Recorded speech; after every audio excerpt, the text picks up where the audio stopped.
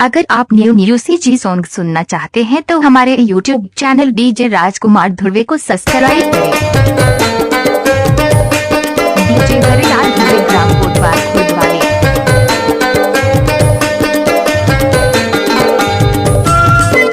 DJ Harilal Dhruve gram कोटवार खुदवाली।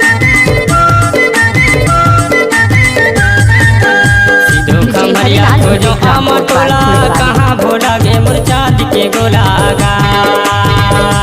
सीधो खमरिया को जो आमा टोला कहाँ भोला गे मुरचाँद के गोला रे सीधो खमरिया को जो आमा टोला कहाँ भोला गे मुरचाँद के गोलागा सीधो खमरिया को जो आमा टोला कहाँ भोला गे मुरचाँद के गोला रे।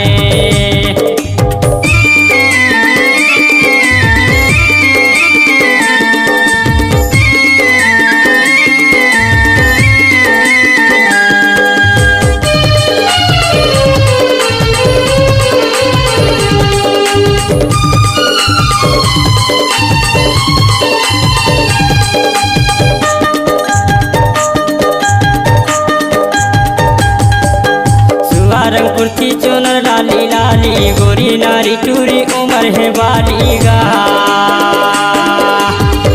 रंग कुर्ती चुनर लाली लाली गोरी नारी टूरी उमर है बाली रे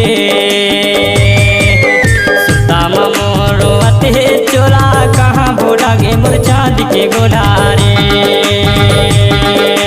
सुदामा मोरो अते चोला कहाँ भोला गे चाँद के गोला रे।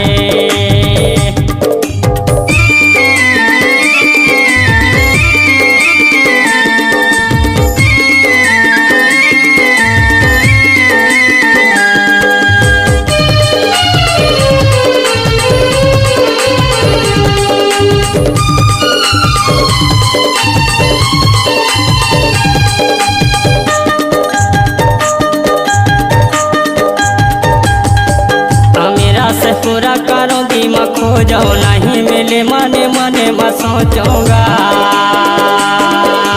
मेरा से पूरा करो दीमा खो जाओ नहीं मिले मने मने में सोचूंगा आंसू चूहे तन मारो आते चोला कहाँ भोला गे मुरचाँद के गोलागा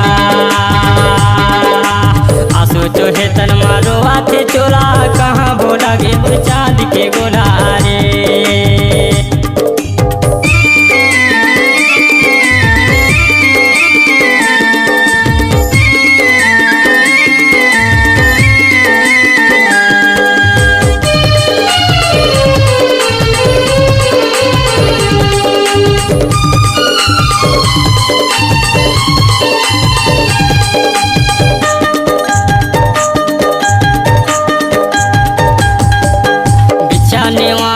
परिया बाजार जगदाही माँ खोजो मैं जंगल पहाड़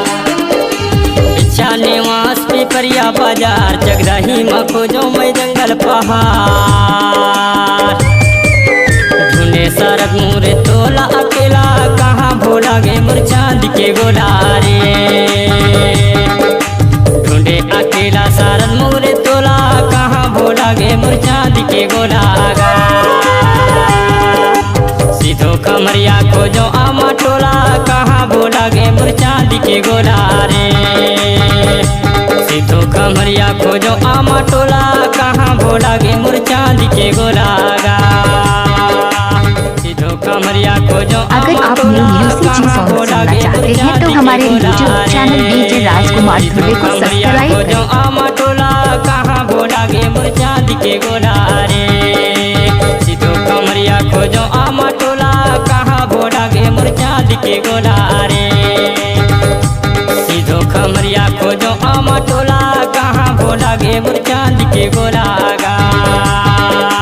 सीधो खमरिया को जो आमा टोला कहाँ भोला गे मुरचाँद के गोला।